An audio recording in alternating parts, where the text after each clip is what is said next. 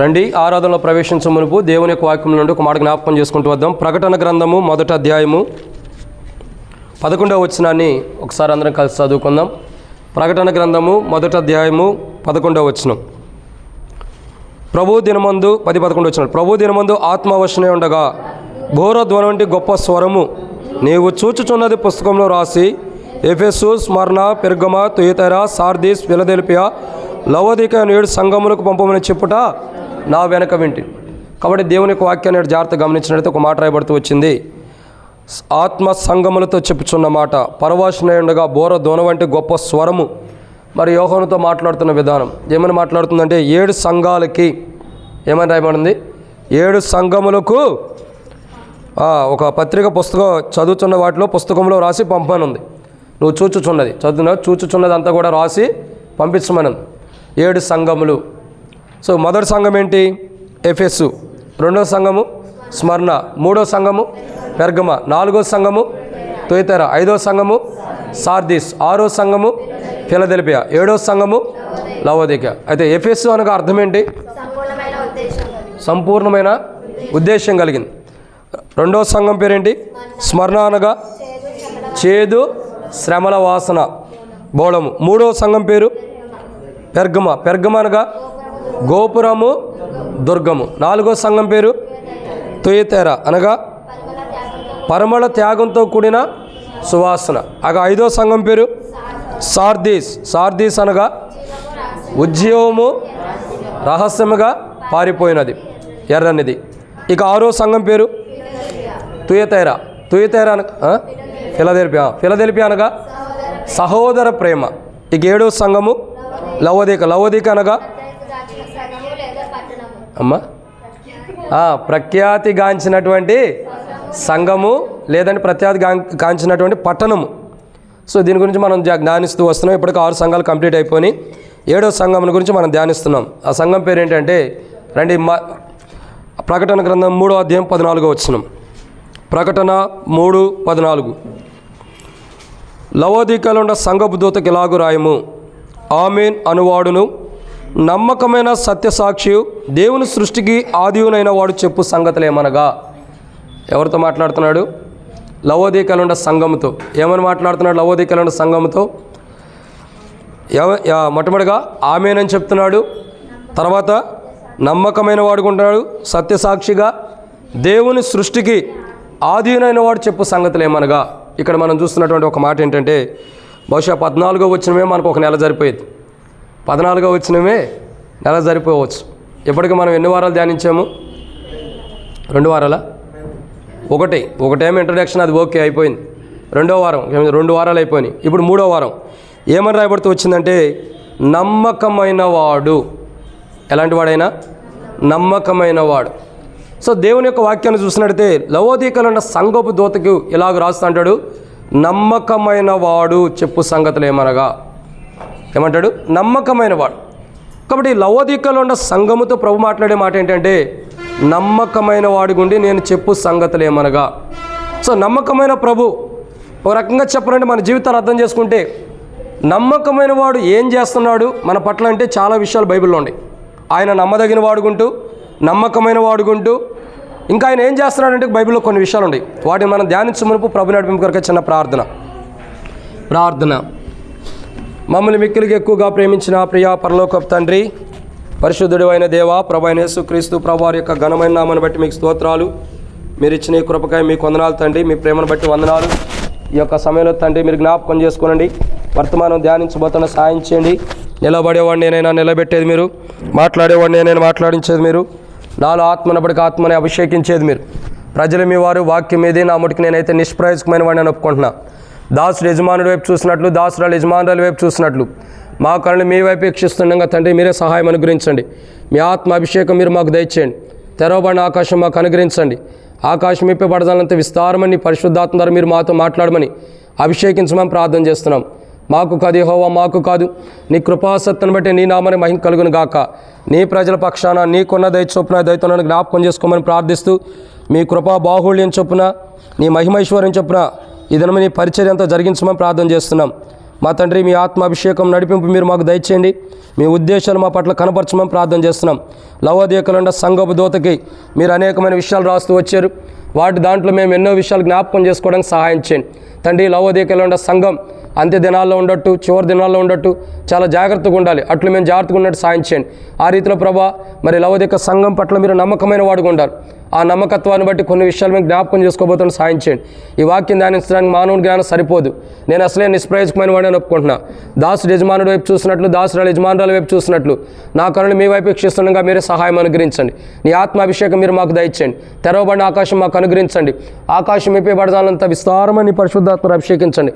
మాకు కాదు యెహోవా, మాకు కాదు నీ కృపాసత్తుని బట్టి నీ నామని మహిమ తెచ్చుకోమని, నీ ప్రజల పక్షాన నీకున్న దయ చొప్పున దయతోను జ్ఞాపకం చేసుకోమని నాతో మాట్లాడమని, మీకు అప్పచెబుతూ మిమ్మల్ని ఎట్లా స్తుతించాలో, ఎట్లా ఆరాధించాలో, మీ నమ్మకత్వాన్ని బట్టి మేము మిమ్మల్ని ఎలా ఘనపరచాలో మీరే మాకు బయలుపరిచి మహిమ పొందమని మాతో మాట్లాడమని, మీకు అప్పచెబుతూ ముందున్న సమయంతో దీవించమని మీ నడిపింపును కోరుకుంటూ వచ్చిన ప్రజలను బట్టి స్తోత్రాలు. రావాల్సిన వారు త్వరబడి తీసుకురండి.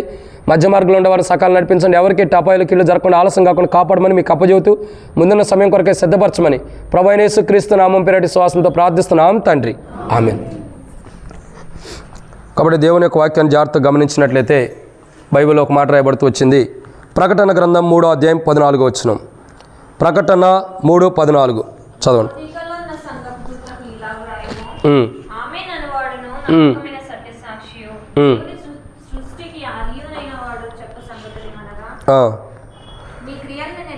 నీ క్రియలు నేను ఎరుగుదును. కాబట్టి దేవుని యొక్క వాక్యాన్ని జాగ్రత్తగా గమనించినట్లయితే బైబిల్లో ఒక మాట రాయబడుతూ వచ్చింది. ఏమని రాయబడుతూ వచ్చిందంటే లవోదికీయుల ఉన్న సంఘముతో ప్రభు మాట్లాడుతున్నాడు. ఏమని మాట్లాడుతున్నాడు? ప్రకటన గ్రంథం 3వ అధ్యాయం 14వ వచనములో ఏమని రాయబడుతూ వచ్చిందంటే ప్రభువుని గురించి నమ్మకమైన వాడు. ఏమని రాయబడుతూ వచ్చింది?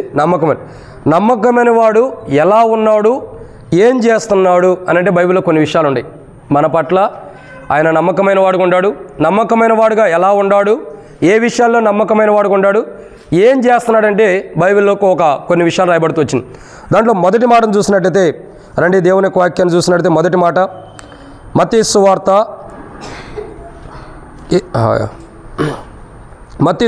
24వ అధ్యాయం 45వ వచనం. మత్తయి సువార్త 24వ అధ్యాయము 45వ వచనం.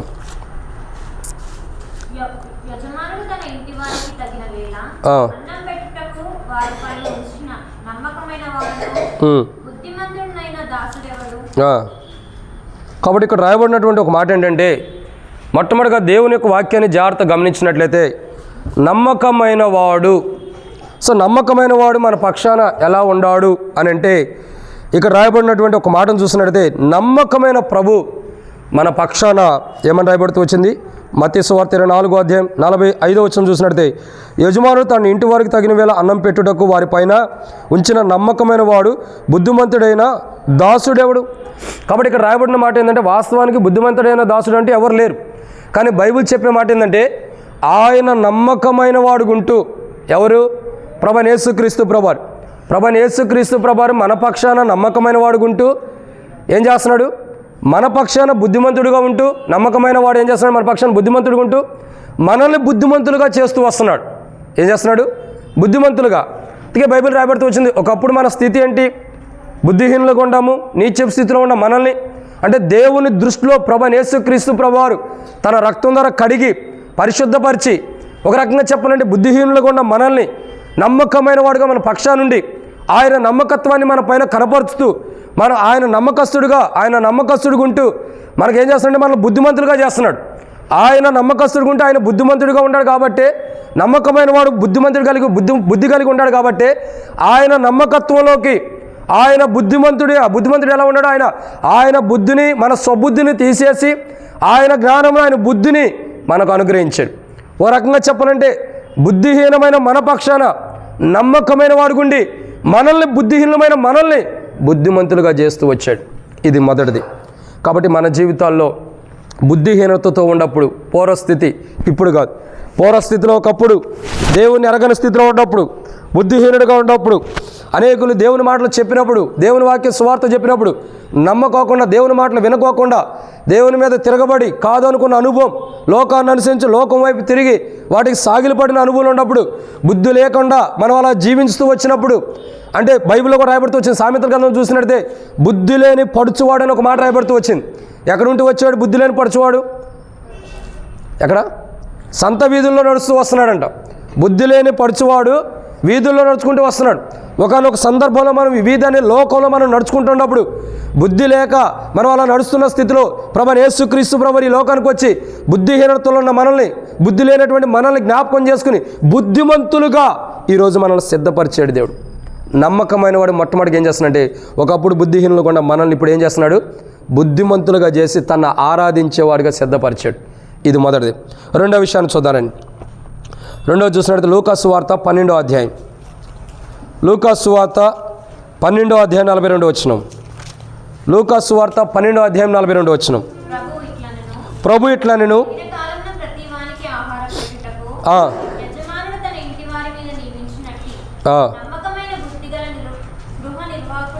గృహ నిర్వాహకుడు ఎవరు? కాబట్టి రెండోదిగా నమ్మకమైన వాడు ఎలా ఉన్నాడంటే, ఒకటి బుద్ధిమంతుడిగా ఉన్నాడు. మనమైతే నమ్మదగిన వారం కాము, బుద్ధి లేని స్థితిలో ఉన్నప్పుడు ఆయనే నమ్మదగిన వాడుగా మన పక్షా నుండి బుద్ధిహీనమైన మనల్ని బుద్ధిమంతులుగా చేసి తన రాజ్యానికి వారసులుగా చేస్తూ వస్తున్నాడు. ఇది మొదటి మాట. రెండోదిగా ఆయన నమ్మకమైన వాడుకుంటూ ఏం చేస్తున్నాడు? మన పక్షాన్ని ఎలా ఉన్నాడు, ఏం చేస్తున్నాడంటే, రెండో మాటని ఇక్కడ చూసినట్లయితే గృహ నిర్వాహకుడుగా ఉన్నాడు. ఆయన గృహ నిర్వాహకుడిగా ఉన్నప్పుడు ఏం జరిగిద్ది? ఒక వ్యక్తి గృహ నిర్వాహకుడిగా ఉన్నాడు అనుకోండి, ఆయన ఏం చేయాలి? ఇప్పుడు ఎవరన్నా వస్తే గృహంలోకి ప్రవేశించనిస్తాడా? అర్థం చేసుకోండి. గృహ నిర్వాహకుడు ఏం చేస్తాడు? అందరినీ కూడా లోపలికి రానివ్వడు, అందరినీ లోపల ప్రవేశింపనివ్వడు. కొందరిని మాత్రమే, ఆ అనుకూలమైన వారిని, పర్మిషన్ ఉన్న వారిని లోపల ప్రవేశింపజేస్తాడు. సో బుద్ధిహీనత ఉన్న మనల్ని దేవుడు జ్ఞాపకం చేసుకుని నమ్మకమైన వాడు బుద్ధిమంతుడిగా చేశాడు. రెండోదిగా చూస్తున్నట్టు ఆయన నమ్మకమైన వాడుకుంటే ఏం చేస్తున్నాడంటే, మన పక్షాన మనకేం చేస్తున్నాడంటే, తన గృహములోకి, అంటే పరలోకపు గృహములోకి మనల్ని ఏం చేస్తున్నాడు? ప్రవేశింపజేస్తున్నాడు. గృహ నిర్వాహకుడిగా ఆయన ఉండి, వాస్తవానికి ఆయనే గృహ నిర్వాహకుడిగా ఉండి, ఆయనే గృహానికి అధిపతిగా ఉండి, ఆయనే గృహానికి సమస్తంలో సమస్తమై ఉండి, ప్రతి మనుషుణ్ణి, భూమి మీద లోకంలో జీవిస్తున్న మానవుణ్ణి, లోకంలో కూరుకుపోయినటువంటి మానవుని దేవుడు జ్ఞాపకం చేసుకుని తన కుమారుడు ఉంచినటువంటి నమ్మకత్వాన్ని బట్టి, తన కుమారులు ఉన్న నమ్మకత్వాన్ని బట్టి ఏం చేస్తున్నాడు? ఆ కుమారుడు గృహానికి గృహ నిర్వాహకుడిగా ఉన్నప్పుడు ఆ గృహ నిర్వాహకత్వంలో నుండి లోపలికి ఆయనే నడిపిస్తున్నాడు. అంటే అర్థం చేసుకోండి, ఆయనే ఒకరిని పంపాలన్నా ఒకరు ఆపాలన్నా ఆయన ద్వారానే ఒకరు దేవుని రాజ్యంలో ప్రవేశించాలి, ఆయన ద్వారానే ఒకరు దేవుని రాజ్యంలోకి వెళ్ళకుండా కూడా ఆగిపోతారు.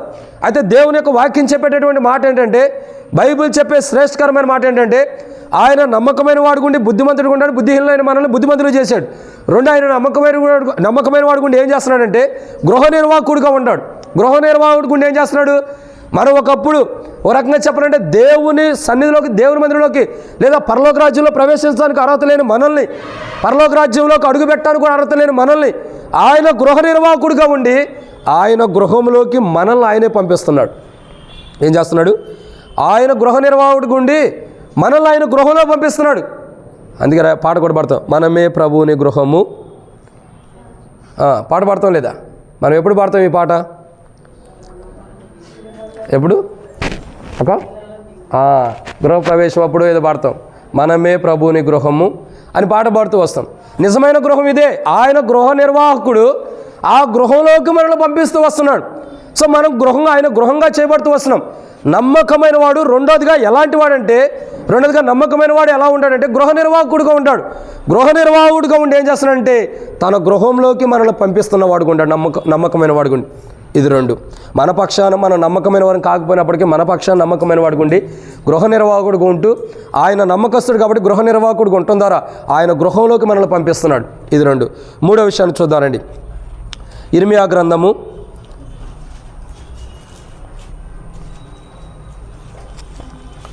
'ఇర్మియా గ్రంథంలో ఒక మాట రాయబడుతూ వచ్చింది.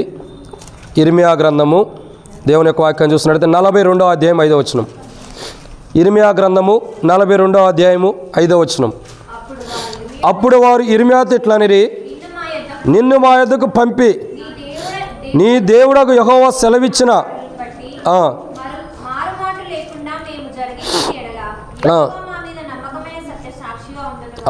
చాలా. కాబట్టి మూడోదిగా చూస్తున్నట్టయితే నమ్మకమైన వాడు ఎలా ఉంటూ వచ్చాడు? మొట్టమొదటిగా నమ్మకమైన వాడు బుద్ధిమంతుడుగా ఉన్నాడు. బుద్ధిహీనమైన మనల్ని బుద్ధిమంతుడిగా చేశాడు ఆయన నమ్మకమైన వాడుకుండి. రెండు, నమ్మకమైన వాడు ఏం చేస్తూ వచ్చాడు? ఆయన గృహ నిర్వాహకుడికి ఉండి ఆయన గృహంలో ప్రవేశించడానికి అర్థం లేని మనల్ని ఆయన గృహంలో ప్రవేశింపజేస్తున్నాడు. మూడు, ఆయన నమ్మకమైన వాడు గుండి ఏం చేస్తున్నాడంటే ఇక్కడ రాయబడిన మూడో మాట, సత్య సాక్షిగా ఉంటున్నాడు. ఎలా ఉంటున్నాడు? సత్య సాక్షిగా. అంటే చెప్పండి చూడండి ఒక మాట చూసినట్టయితే సత్యముతో కూడినటువంటి సాక్ష్యాన్ని కలిగిన వాడుగా ఉంటాడు. ఆయన ఎలా ఉంటాడు? నమ్మకమైన వాడు. ఒక నమ్మకం కలిగినటువంటి వ్యక్తి ఎలా ఉంటాడు? బుద్ధిమంతుడిగా ఉంటాడు. ఒక నమ్మకం కలిగిన వ్యక్తి ఎలా ఉంటాడు? రెండోదిగా గృహ నిర్వాహకుడిగా ఉంటున్నాడు. మూడోది, ఒక నమ్మకం కలిగిన వ్యక్తి ఎలా ఉంటాడంటే సత్యంతో కూడిన సాక్ష్యాన్ని కలిగిన వాడుగా ఉంటున్నాడు. ఎలా ఉన్నాడు? సత్యంతో కూడిన సాక్ష్యాన్ని కలిగిన వాడు. ఒకానొక జీవితం మన జీవితాలు మనం పరీక్షించుకుంటే మనలో సత్యం లేదు, సాక్ష్యం లేదు. ఉందా? లేదు. పలువురు మనల్ని చూసినప్పుడు తిట్టుకునేవారు ఉండరు, అవమానించేవారు ఉండరు, కొట్టుకునేవారు ఉండరు. ఎందుకని? ఒకప్పుడు మన సాక్ష్యం లేదు. ఒకప్పుడు మన జీవితాన్ని చూసినట్టే మనలో సత్యం లేదు.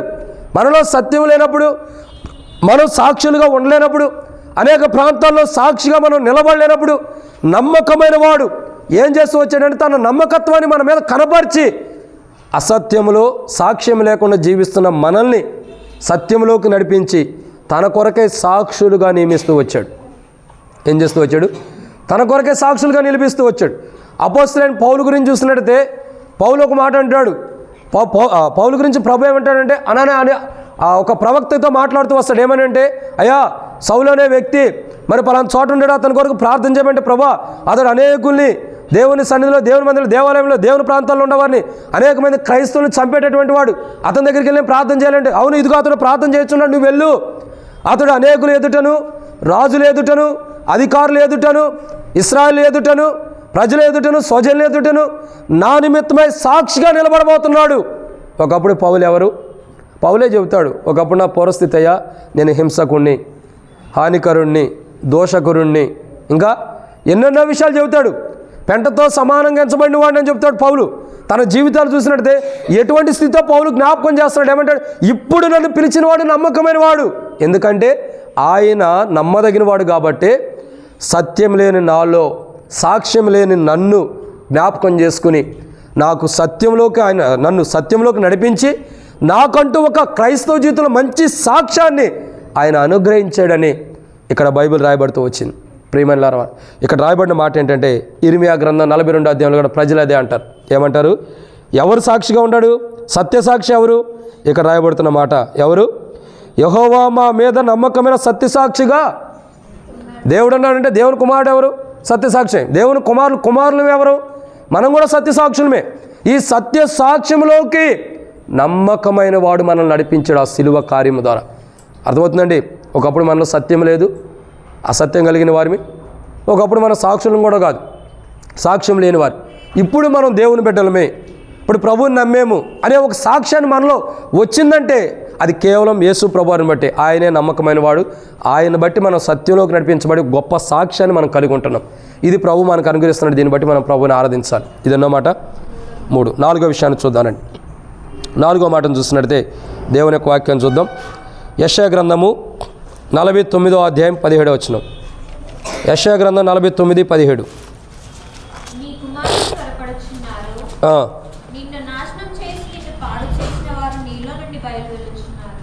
క్షమించండి, 7 కూడా 7 చదవక, క్షమించండి 7.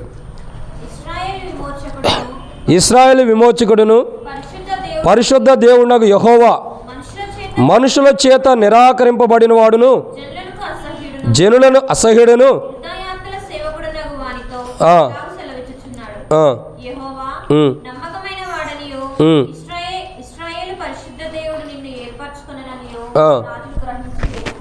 చాలా. కాబట్టి దేవుని యొక్క వాక్యాన్ని చూసినట్టయితే అధికారులు నీకు నమస్కారము చేసేదరు. కాబట్టి ఇక్కడ 4వ మాటను చూస్తున్నాం. నమ్మకమైన వాడు ఎలా ఉన్నాడు? మొట్టమొదటిగా ఏం చేస్తున్నాడంటే నమ్మకమైన వాడు మనం బుద్ధిహీనులుగా ఉన్నప్పుడు మనల్ని బుద్ధిమంతులు చేసి బుద్ధిమంతులుగా చేసి నమ్మకత్వంలోకి నడిపించాడు. నమ్మకస్తులుగా చేస్తున్నాడు. 2, నమ్మకమైన వాడు ఏం చేస్తున్నాడు? గృహ నిర్వాహకుడు గుండి గృహంలో ప్రవేశిస్తానికి అర్హత లేని మనల్ని దాంట్లో ప్రవేశింపజేస్తున్నాడు. 3, సత్యసాక్షిగా ఉంటాడు. మనలో సత్యం లేదు, సాక్ష్యం లేని మనల్ని నమ్మకస్తుడిగా ఆయన ఉండి, నమ్మకమైన వాడికి ఉండి, మనలో సత్యాన్ని మనం సాక్ష్యం కలిగి ఉండే జీవితాన్ని ప్రభు మనకు అనుగ్రహిస్తూ వచ్చాడు. ఇది 3. 4వదిగా చూస్తున్నట్టయితే ఇక్కడ రాయబడిన మాట ఏంటంటే యెహోవా నమ్మకమైన వాడు, ఇంకా పరిశుద్ధుడు. కాబట్టి ఆయన ఎలాంటి వాడు? నమ్మకమైన వాడు. ఎలా ఉన్నాడు? నమ్మకమైన వాడు ఎలాంటి వాడు అంటే పరిశుద్ధుడు. మనల్ని ఏం చేస్తున్నాడంటే తన పరిశుద్ధతలోకి నడిపిస్తున్నాడు. ఆయన నమ్మకమైన వాడుగుండి, ఆయన పరిశుద్ధుడిగా ఉండి మనల్ని తన పరిశుద్ధతలోకి నడిపిస్తున్నాడు. చూడండి, దేవుడు ఎంత నమ్మకమైన వాడంటే తాను మనకు పరిశుద్ధత లేనప్పుడు, మనం పరిశుద్ధులం కామప్పుడు, పరిశుద్ధతలో లేని జీవితాన్ని జీవిస్తున్నప్పుడు, పరిశుద్ధత లేక పాపంలో కూరుకుపోయిన మనల్ని యేసుక్రీస్తు ప్రభువుని జ్ఞాపకం చేసుకుని తన పరిశుద్ధతలోకి తన శిలువ రక్తం ద్వారా మనల్ని నడిపించిన వాడుకుంటాడు. ఏం చేస్తున్నారు? తన పరిశుద్ధతలోకి మనల్ని నడిపిస్తూ వచ్చాడు ప్రభు. ఒకప్పుడు పరిశుద్ధత లేని మనల్ని పరిశుద్ధతలోకి తన నమ్మకత్వాన్ని బట్టి పరిశుద్ధతలోకి నడిపించుకుంటూ వచ్చాడు. కాబట్టి పరిశుద్ధత లేని మనల్ని ప్రభు తన నమ్మకత్వంలోకి తన నమ్మకత్వం ద్వారా పరిశుద్ధుడు. యెహోవా పరిశుద్ధుడు. నమ్మకమైన వాడు ఎలా ఉంటాడు? పరిశుద్ధుడు. నమ్మకమైన దేవుడు పరిశుద్ధుడు ఉన్నాడు. కాబట్టి నమ్మకం లేని మనం, నమ్మకస్తులుగా కానటువంటి వారు మనల్ని నమ్మకస్తులుగా చేసి అటువంటి మనల్ని పరిశుద్ధులుగా చేయడం కొరకు యేసు ప్రభువు ఈ లోకానికి నరవతారిగా దిగివచ్చి తన రక్తం ద్వారా మనల్ని కడిగి ఆయన ఏం చేస్తున్నాడు? మనల్ని నమ్మకస్తులుగా చేసి పరిశుద్ధత అనేది మనకు అనుగ్రహిస్తున్నాడు. ఏమిస్తున్నాడు? పరిశుద్ధత ఇస్తున్నాడు. సత్య సాక్షిగా చేస్తున్నాడు. ఇంకా గృహంలో ప్రవేశించే ధన్యత ఇస్తున్నాడు. బుద్ధిమంతులుగా చేస్తున్నాడు. ఒకప్పుడు ఈ లేని స్థితిలో ఉన్నప్పుడు ప్రభు వల్ల జ్ఞాపకం చేసుకుని ఇంత గొప్ప ధన్యతలోకి ప్రభు నడిపిస్తున్నందుకు ప్రభుని ఆరాధన చేయాలి. ఎందుకంటే ప్రియులారా, ఇక్కడ రాయబడిన మాట ఏంటంటే ఆయన పరిశుద్ధుడు. తన నమ్మకత్వాన్ని బట్టి మనల్ని పరిశుద్ధతలోకి దేవుడు నడిపిస్తున్నాడంటే నిజంగా దేవుడు ఎంత గొప్పవాడో చూడండి. సో ఆ నమ్మకత్వాన్ని బట్టి ఆయన తన పరిశుద్ధతలోకి మనం నడిపిస్తున్నందుకు ప్రభుని ఆరాధన చేద్దాం. ఇది 4వ మాట. 5వ విషయాన్ని చూద్దారండి. సామెతల గ్రంథం 11వ అధ్యాయం. సామెతల గ్రంథము 11వ అధ్యాయము 13వ వచనం. సామెతల గ్రంథము 11వ అధ్యాయము 13వ వచనం. కొండగాడై తిరుగులాడువాడు పరుల గుట్టు బయట పెట్టును, నమ్మకమైన స్వభావము గలవాడు సంగతి దాచును. 5వ మాట ఏంటంటే నమ్మకమైన వాడు ఎలా ఉన్నాడంటే సంగతి ఏం చేస్తున్నాడు? దాచుచున్నాడు. ఏ సంగతినైనా దాచిపెట్టేస్తున్నాడు. ప్రభువు నమ్మకమైన వాడు కాబట్టే మన జీవితం ఎలా ఉండా, మన పూర్వస్థితి ఎలా ఉండా దాన్నంతటిని ప్రభు ఏం చేస్తున్నాడు? దాచిపెట్టేస్తున్నాడు. సంగతి అంటే ఏంటంటే మన పూర్వస్థితి, మనం ఒకప్పుడు జీవించిన జీవితం, ఒకప్పుడు లోకంలో ఉన్నప్పుడు మనకున్న అలవాట్లు, కోరికలు, ఆశలు, మనం చేసే తప్పులు అవన్నీ కూడా ఒక సంగతి అంటే అది పూర్వస్థితి. ఆ పూర్వస్థితి అంతటిని ప్రభు ఏం చేస్తున్నాడు? దాచిపెట్టేస్తున్నాడు. మరలా దాన్ని బయట తీసుకురావట్లా. అందుకంటాడు కదా యెషయా గ్రంథంలో చూసినట్టయితే నీ పాపంలోకి తెలియపరచము ఏం చేస్తానంటున్నాడు? నా వీపు వెనకాల వాటిని వేసుకుంటానంటున్నాడు. మన పాపాలు మనం ఒప్పుకున్న తర్వాత లేదా మన పాపాలు వచ్చి ప్రభు దగ్గరికి వచ్చి సరి చేసుకోవడం ద్వారా ఆయన మన పాపంలో ఏం చేస్తున్నాడు? ఆయన వీపు వెనకాల వేసుకున్నా ఆయన గుర్తుపెట్టుకోవట్లేదు. ఎందుకని? వాటిని మరి ఎన్నడూ జ్ఞాపకం చేసుకొని అన్నాడు. అంటే అర్థం ఏంటి? మన పూర్వస్థితి అంతా కూడా మనం సిలువ రక్త ప్రోక్షణ కిందకు వచ్చినప్పుడు ఆ నమ్మకమైన ప్రభు యొక్క రక్త ప్రోక్షణ కిందకు వచ్చి ఆ నమ్మకస్తుడి ద్వారా మనం పరిశుద్ధపరచబడినప్పుడు, ఆ నమ్మకస్తుడి ద్వారా కడగబడినప్పుడు, ఆ నమ్మకస్తుని యొక్క రక్తంలో మనం కడగబడినప్పుడు ప్రభు మన పాపాలన్నీ కూడా ఏం చేస్తున్నాడు? వెనక్కి వేసుకుని ఏం చేస్తున్నాడు? వాటిని దాచిపెట్టేస్తున్నాడు. వాటిని మరలా తీయటం లేదు. వాటిని గురించి మరలా మనసు తీసుకురాట్లా. ఒక మాట చెప్పమంటారా? మనం ఎలాంటి వారిని ఎన్నోసార్లు చెప్తూ వస్తా. ఓ మాట అర్థం చేసుకోండి. ఇక్కడ పిల్లలు ఉన్నారు, సపోజ్ అల్లరి చేస్తారనుకోండి, అల్లరి చేయొద్దంటాం. ఈరోజు అయిపోయింది. వచ్చే వారం కూడా అల్లరి చేస్తున్నారనుకో, చేయొద్దంటాం. మరలా వచ్చే వారం అల్లరి చేస్తారు, చేయొద్దంటాం. అంటే అర్థం ఏంటి? మనం చెప్తున్నాము, వాళ్ళు వింటలా. మనం ఏమంటాము? ఏదో ఒక రోజు అంటాం, నువ్వు ప్రతి వారం ఎందుకయ్యా మందిరంలో అల్లరి చేస్తావు అంటాం. ఎందుకని? రోజు చేస్తున్న దాన్ని మనం గుర్తు తెచ్చుకున్నాం. ఏ వారం కావాలో మర్చిపోట్లా, దాన్ని గుర్తు తెచ్చుకుంటున్నాం కాబట్టి మరలా మనకు గుర్తుంది కాబట్టి దాన్ని మరలా గుర్తు చేసుకుంటాం. కానీ ఇక్కడేమంటాడంటే ఆ సంగతి అంటే మన పూర్వస్థితి ఏదైతే మనం ప్రభు దగ్గరికి వచ్చి క్షమాపణ అడిగామో, ఏదైతే ప్రభు దగ్గరికి వచ్చి ఒప్పుకున్నామో, ఏదైతే ప్రభు దగ్గరికి వచ్చి మన జీవితాన్ని మనం మార్చుకున్నామో, ఏదైతే ప్రభు దగ్గరికి వచ్చి మన జీవితాలు ప్రభు ఇదిగా నేను ఇలా పాపలు ఉన్నాను క్షమించని పాప క్షమాపణ ప్రభు రక్తం ద్వారా కడగబడి ఎక్కడైతే పొందేమో పాప క్షమాపణ, ఆ పాప క్షమాపణ పొందిన జీవితం అంతా తన వీపు వెనకాల వేసుకుంటున్నాడు. ఏం చేస్తున్నాడు? తన వీపు వెనకాల వేసుకుంటున్నాడు. మరి అన్నట్టుగా దాన్ని జ్ఞాపకం చేసుకోవట్లా, ఎందుకంటే దాన్ని దాచిపెట్టేశాడు. ఇక ఆ పూర్వస్థితి లేదు. ఒకవేళ బయటకు వస్తే ఆ పూర్వస్థితి బయటికి కనబడితే ప్రజలందరూ ఆ పూర్వస్థితినే చూస్తారు. ఏం చూస్తారు? పూర్వస్థితినే చూస్తారు. అందుకు ప్రభు ఏం చేశాడు? ఆ పూర్వస్థితిని అంతటిని కూడా దాచిపెట్టేసి ఆ పూర్వస్థితి అంతటిని కూడా బయటకు రాకుండా ఎవరికి కనబడుకోకుండా దాచిపెట్టేశాడు. అదే ఇక్కడ రాయబడిన మాట. మీరు చూడండి, యోధా పత్రికలో చూసినట్లయితే ఉందే ఒక అధ్యాయం, మొదటి అధ్యాయంలో 5-6 వచనాలు చూస్తే దూతల గురించి రాయబడుతూ వచ్చింది. దేవదూతలు తమ ప్రధానత్వాన్ని కోల్పోయిన దేవదూతల్ని మహాదినం అంటే తీర్పు దినం కొరకు ఏం చేశాడు? కటిక గల చీకట్లో నిత్య పాశంలో ఏం చేశాడు? ఆయన బంధించి జాగ్రత్తగా దాచిపెట్టాడంట వాటిని. ఎందుకు వాటిని దాచిపెట్టాడు? ఎందుకంటే తీర్పు కొరకు అక్కడే రాయబడుతూ వచ్చింది. యోధాపత్రిక మొదటి అధ్యాయం 5-6 వచనాల్లో అక్కడ రాయబడుతూ వచ్చింది. ఏమని రాయబడుతుంది? చదవమ్మ. ఈ సంగతులను మీరు ముందరనే ఎరిగి ఉన్నారు.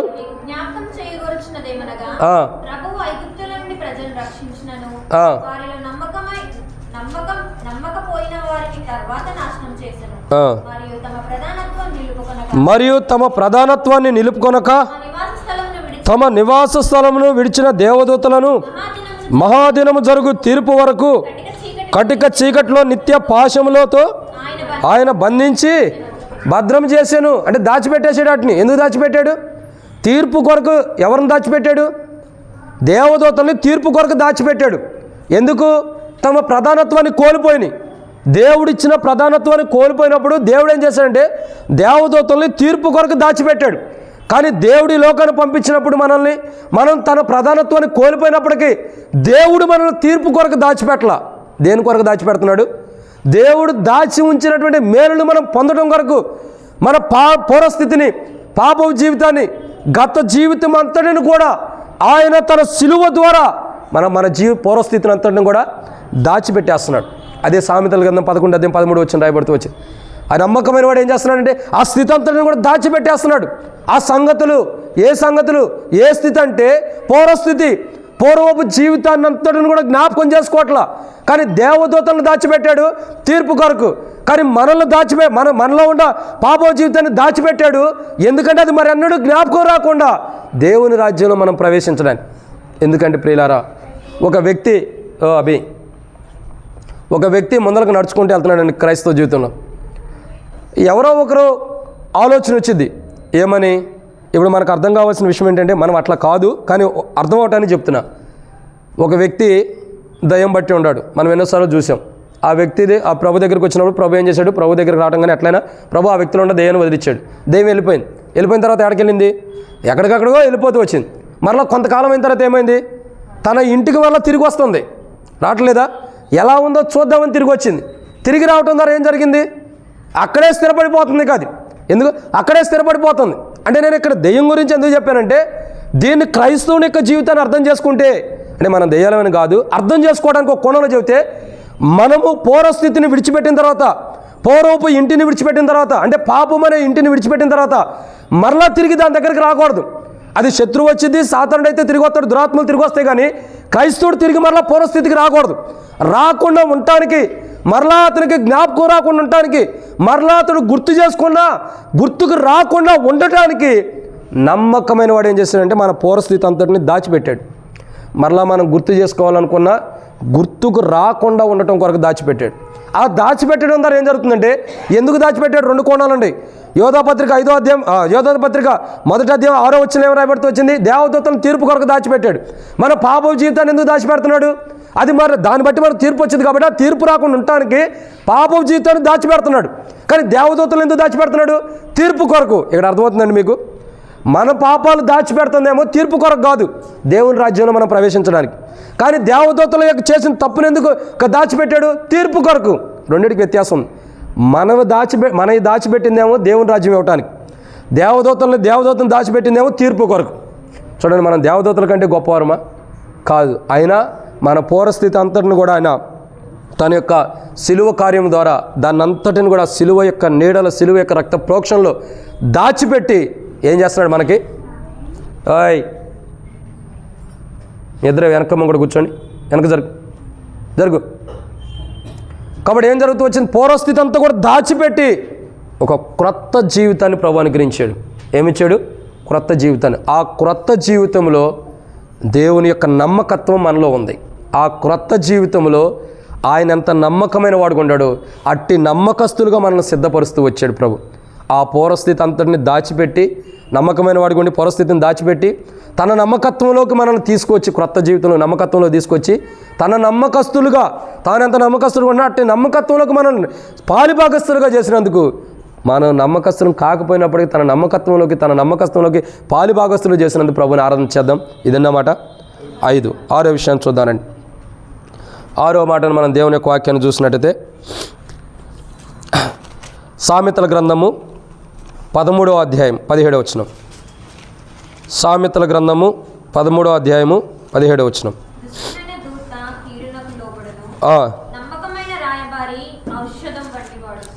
ఇక్కడ రాయబడినటువంటి ఎన్నో మాటకి ఇది 6. కాబట్టి మొట్టమొదటిగా నమ్మకమైన వాడు ఎలా ఉన్నాడు మన పక్షాన? బుద్ధిమంతుడిగా ఉన్నాడు, మనల్ని బుద్ధిమంతులు చేస్తున్నాడు. 2, గృహ నిర్వాహకుడిగా ఉన్నాడు, గృహంలో ప్రవేశింపజేస్తున్నాడు. 3, నమ్మకస్తుడు ఎలా ఉన్నాడు? నమ్మకమైన వాడు సత్య సాక్షిగా ఉంటాడు. మనం సత్యం లేని, సాక్ష్యం లేని మనల్ని సత్యమైన మార్గంలోకి సాక్షులుగా చేస్తున్నాడు. 4, నమ్మకమైన వాడు ఎలా ఉన్నాడు? పరిశుద్ధుడిగా ఉన్నాడు, తన పరిశుద్ధతలకు మనం నడిపిస్తున్నాడు. 5, నమ్మకమైన వాడు సంగతులను దాచేవాడుగా ఉన్నాడు, దాచి మనకు బహుమానాన్ని ఇస్తున్నాడు. ఇది 5. 6వ విషయం ఏంటంటే సామెతల గ్రంథం 13వ అధ్యాయం 17వ వచనం రాయబడుతూ వచ్చింది, నమ్మకమైన రాయబారి ఔషధం వంటి వాడు. ప్రభు ఎవరు? దేవుడొక్కడే, దేవునికి మనుషులకు మధ్యవర్తి ఒక్కడే. ఆయనే క్రీస్తేసను నరుడు. అర్థమవుతుందండి? దేవునికి మనుషులకు మధ్యవర్తి ఒక్కడే. అంటే మధ్యవర్తి అంటే ఎవరు? రాయబారి. ఎవరు? రాయబారి. ఒక రకంగా చెప్పాలంటే రాయబారి అంటే అర్థం ఏంటి? సమాధానపరిచేవాడు. ఇద్దరి మధ్యలో ఉండే అసమాధానం తొలగించి ఇద్దరిని ఐక్యపరిచేవాడు అని అర్థం. నమ్మకత్వం లేని మానవుల్ని దేవునితో నమ్మకస్తులు చేస్తున్నాడు. ఇద్దరినంటే కాదు, నమ్మకస్తుని. కాబట్టి ఇక్కడ అర్థం చేసుకోవాల్సిన విషయం ఏంటంటే నమ్మకమైన వాడు ఎలా వంటివాడంటే ఒక ఔషధము లాంటివాడు. ఎలాంటి ఔషధము? రాయబారి అంటే కలిపేటటువంటి ఔషధం లాంటివాడు. ఈ నమ్మకమైన వాడు ఎలాగున్నాడంటే ఒక రాయబారిగా ఉన్నాడు, ఔషధం లాగా. ఔషధం అంటే అర్థం ఏంటి? ఔషధం అంటే ఏంటి అన్నా? మెడిసిన్.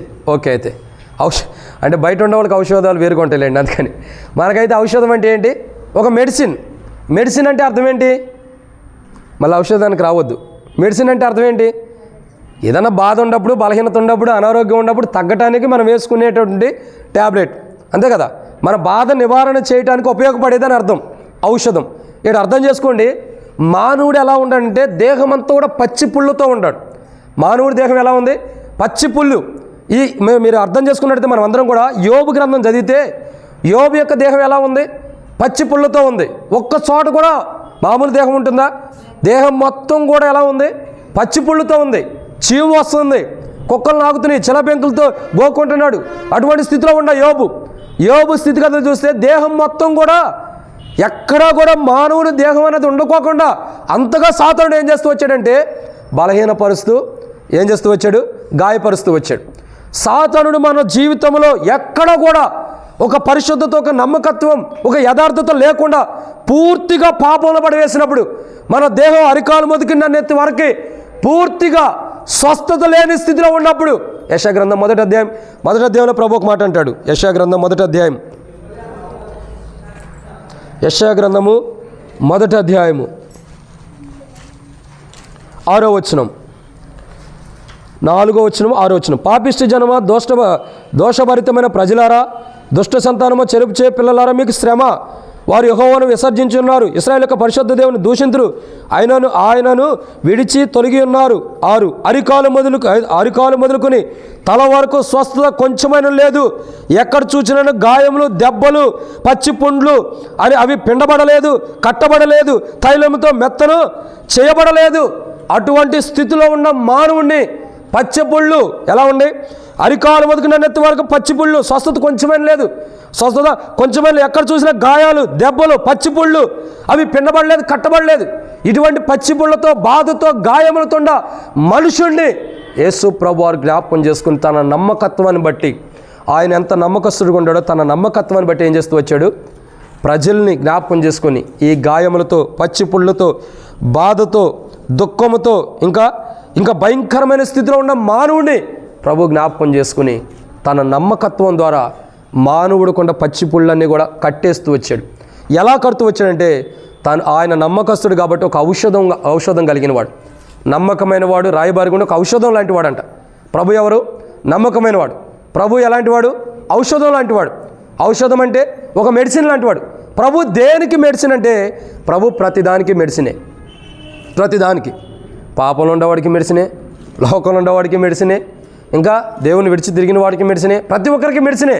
ఎలాంటిది? ఆయన ఒక్కసారి మనలో ప్రవేశిస్తే ఆ మెడిసిన్ని మనం సహజంగా మెడిసిన్ ఎలా వేసుకుంటాం? ఓ ట్యాబ్లెట్, గోళీ ఎట్లా వేసుకుంటాం చెప్పండి? ఎట్లా వేసుకుంటారు? మీరు చూపించండి అందరూ కూడా. ఎట్లా వేసుకుంటారు ట్యాబ్లెట్? అక్క నేను అన్నది తెలుగే మాట్లాడుతున్నా, ఇంకేం మాట్లాడతా. ఎలా వేసుకుంటాం ట్యాబ్లెట్? ఎట్లా వేసుకుంటామంటే ఇట్లా అని చూపించాలి. ఎలా వేసుకుంటాం? అందరం ఇట్లా వేసుకుంటాం. కొంతమంది అయితే ఇట్లా ఇసిరేస్తారు. కొరినంకులు అయితే ట్యాబ్లెట్ 4-5 ట్యాబ్లెట్లు ఒకేసారి పెట్టుకుంటాడు ప్రతి ఉదయం. ఆ ట్యాబ్లెట్ వాటర్ తీసుకుంటాడు, ఇట్లా తాగుతాడు, ఇట్లా అనుకుంటాడు, ఇట్లా అనేస్తాడు, ఇక అయిపోతాయి. మింగేస్తాడు. ఎప్పుడు మింగుతాడో కూడా తెలియదు. ఎందుకంటే రకరకాలుగా ట్యాబ్లెట్ వేసుకుంటాం. ఏది వేసుకోవాలని నోరు తెరిచి మింగుతాం. నోరు తెరిచే కదా మింగేది. మింగడం ద్వారా ఏం జరుగుతుందండి? అది లోపలికి వెళ్ళి అది మంచి ట్యాబ్లెట్ అయితేనేమో మనకు ఆరోగ్యాన్ని ఇచ్చేది, అది సరైనది కాకపోయిందే, ఎక్స్పైరీ డేట్ అయింది, ఇంకోటి అయితే రియాక్షన్ ఇచ్చేది. తద్వారా ఏం జరిగింది? మళ్ళీ హాస్పిటల్కి వెళ్ళాలి, ప్రభు చిత్తం మీద బతుకుంటాం, లేకపోతే అది కష్టం. సో ఇక్కడ అర్థం చేసుకోవాల్సిన విషయం ఏంటంటే ఒక మెడిసిన్ వేసుకోవడానికి నోరు తెరిచి లోపల వేసుకుంటాం. ప్రభు అనే మెడిసిన్ మనం వేసుకోవాలంటే, యేసుక్రీస్తు ప్రభు అనే ఔషధాన్ని మనలోకి మనం ప్రవేశించాలంటే నోట్లోకి ప్రవేశించకూడదు, అది హృదయంలోకి ప్రవేశించాలి. హృదయంలోకి ప్రవేశించాలంటే ఎలా ఉండాలా? నోట్లోకి వెళ్ళాలంటే ఏం చేస్తాం? నోరు తెరుస్తాం. మరి హృదయంలోకి వెళ్ళాలంటే ప్రకటన గ్రంథం 3వ అధ్యాయం 20వ వచనంలో ప్రభు అంటాడు, ఏమంటాడు? ఇదిగో హృదయం అనే తలుపు దగ్గర నుండి తట్టుచున్నాను, ఎవడే నా స్వరముని తలుపు తెరిచిన ఎడల. అంటే ఏ తలుపు? మనమేమో పెదాలనే తలుపు తెరిచి గోలి వేసుకుంటాం, కానీ ఏ తలుపు తెరవాలా? హృదయం అనే తలుపు. హృదయం అనే తలుపు తెరిచినప్పుడు నేను అతను నాతోనూ భోజన సావాసం కలిగి ఉంటాం. కాబట్టి ఇక్కడ అర్థం చేసుకోవాల్సిన విషయం ఏంటంటే ఈయన ఒక ఔషధం లాంటి వాడు. ఔషధం లాంటి వాడు కదా, ఔషధమే. ఏంటంటే మానవుడి జీవితంలో ఉన్న ప్రతి పాపాన్ని కడిగి పరిశుద్ధపరచడానికి వచ్చిన ఔషధము. ఏమై ఉన్నాడు? ఔషధం. ఏంటంటే అది ఒక ట్యాబ్లెట్, ఒక మెడిసిన్ లాంటి వాడు ప్రభు. ఎలాంటి వాడు అంటే ఒక కోణంలో అర్థం అవటం చెబుతున్నాడు. మెడిసిన్ అంటే వేరే తప్పుగా అర్థం చేసుకోవద్దు. మనలో ఉన్న ప్రతి దాన్ని స్వస్థపరచడానికి వచ్చాడు. ఒక గాయపడిన వాడు స్వస్థపడుతున్నాడు, పచ్చిపుళ్ళు కలిగిన వాడు స్వస్థపడుతున్నాడు, ఎక్కడ చూసినా పూర్తిగా దేహం మొత్తం చిరిగిపోయిన వాడిని కూడా స్వస్థపరుస్తున్నాడు. ఆయన పాపాన్ని స్వస్థపరుస్తున్నాడు, రోగాలను స్వస్థపడుతున్నాడు, కుంటివారిని స్వస్థపడుతున్నాడు, మోగవారిని స్వస్థపరుస్తున్నాడు, ఇంకా నడవలేని వారిని కానీ ఎవరినైనా చెవిటి వారిని స్వస్థపరుస్తున్నాడు, ఇంకా మంచాన్ని పట్టిన వారిని స్వస్థపరుస్తున్నాడు. ఆయన ప్రతి దారికి ఉపయోగపడే ఔషధము. ఈ లోకంలో జ్వరానికి ఏ ట్యాబ్లెట్ వాడతామమ్మా? ఐడియా ఉందా? పారాసెటమాల్. డాక్టర్ ఇప్పుడు నర్సులు వాళ్ళు చెబితే బాగుంటుంది. తర్వాత గ్యాస్ ట్రబుల్కి వ్యాంటాప్, తర్వాత షుగర్కి ఇంజెక్షను, ట్యాబ్లెట్ వాడతాం. ప్రతి దానికి దాని సందర్భాన్ని బట్టి ట్యాబ్లెట్లు ఉన్నాయి. కానీ మానవుడి జీవితంలో ఉన్న ఎన్ని రకాల విధానంలో మానవుడు జీవించినా, ఎన్ని పాపాలు కూరుకుపోయినా, ఎంత అనారోగ్యంగా ఉన్నా ఒక్క యేసు ప్రభువే సర్వరోగ నివారణ. అర్థమవుతుందండి? మనకి షుగర్ కోట్ ట్యాబ్లెట్ వేసుకోవాలి, గ్యాస్ ట్రబుల్ కోట్ వేసుకోవాలి, బీపీ కోట్ వేసుకోవాలి, కానీ ఆయన ఒక్కడే అన్నిటినీ సమాప్తం చేసేస్తున్నాడు. పాపాన్ని, నరహత్యని, వ్యభిచారాన్ని, దొంగతనాన్ని, మోసాన్ని, ఇంకా అబద్ధ జీవితాన్ని, ఇంకా బలహీనతల్ని అన్నిటికీ కూడా ఒకేసారి స్వస్థత ఇస్తున్నాడు. చూడండి, ఎక్కడైనా ఒక్క మెడిసిన్ అన్నిటికీ స్వస్థత ఎక్కడైనా వచ్చిద్దా? ఎక్కడైనా వచ్చిద్దా? రాదు. పొరపాటు వేసుకున్నాడు. జ్వరం ఏమంటారు, షుగరు, బీపీ, గ్యాస్ ట్రబుల్ ఉండగానే ఒక మెడిసిన్ వేసుకుంటే సేవకుడు చెప్పాడని వేసుకోవాకండి. మీ బలహీనతను బట్టి 3 ట్యాబ్లెట్లు వేసుకోవాల్సిందే. కానీ మానవుడి దేహంలో ఉండ, మానవుడి యొక్క హృదయంలో ఉండ ప్రతి దానికి ఏ విధము చేతనైనది ఆయనను దానికి అంతటికి ఒకే ఒక మెడిసిన్ ప్రభనేసు ప్రభు, ఔషధము. నమ్మకమైన వాడు ఎలాంటి వాడు అంటే ఔషధంగా ఉండి మనలో ఉన్న ప్రతి బాధని, దుఃఖాన్ని, బలహీనతని, అనారోగ్యాన్ని, పాప జీవితాన్ని, మన స్వస్థత లేని మన జీవితాన్ని అంతటిని స్వస్థపరిచి మన జీవితాన్ని అంతటిని మార్చి ప్రభు ఒక గొప్ప నూతనమైన అనుభవంలోకి ప్రభు మనం తీసుకొచ్చారు. ఆయన ఒక ఔషధంగా ఉండి మనల్ని ఎప్పటికప్పుడు పాప స్థితిలో లోకంలో పడిపోతున్న మనల్ని స్వస్థపరుచుకుంటూ తన యొక్క ఔషధం ద్వారా తానే మెడిసిన్ అయ్యుండి ప్రతిసారి మనం పాపలు పడిపోతున్న మనల్ని స్వస్థపరుస్తూ జీవితాన్ని మారుస్తూ తన రాజ్యం కొరకే సిద్ధపరుస్తున్నందుకు ప్రభుని ఆరాధన చేద్దాం. ఇది 6వ మాట.